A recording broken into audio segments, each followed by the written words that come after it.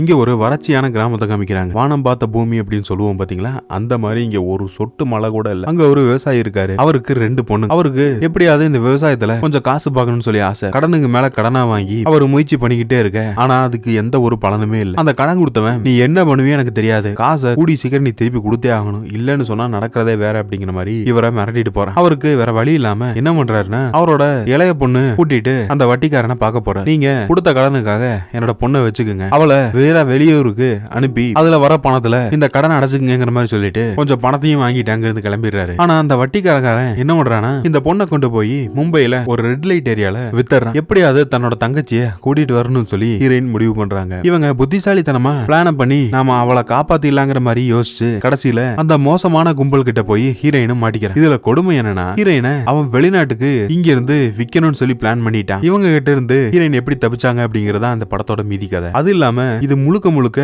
நடந்த உண்மை சம்பவத்தை வச்சு படமா எடுக்கப்பட்டிருக்கு. இப்படிப்பட்ட கொடூரமான மனிதர்கள் கூட இந்த உலகத்துல இருக்கிறாங்களா அப்படிங்கிற மாதிரி இந்த படத்தோட ஸ்கிரீன் பிளே இருக்கும். மிஸ் பண்ணாம இந்த படத்தை பாருங்க. இந்த படத்தோட முழு கதையோட லிங்க்கும் நம்ம செகண்ட் சேனல்ல போட்டிருக்கோம். அந்த வீடியோவை நான் கம்யூனிட்டி டேப்ல ஷேர்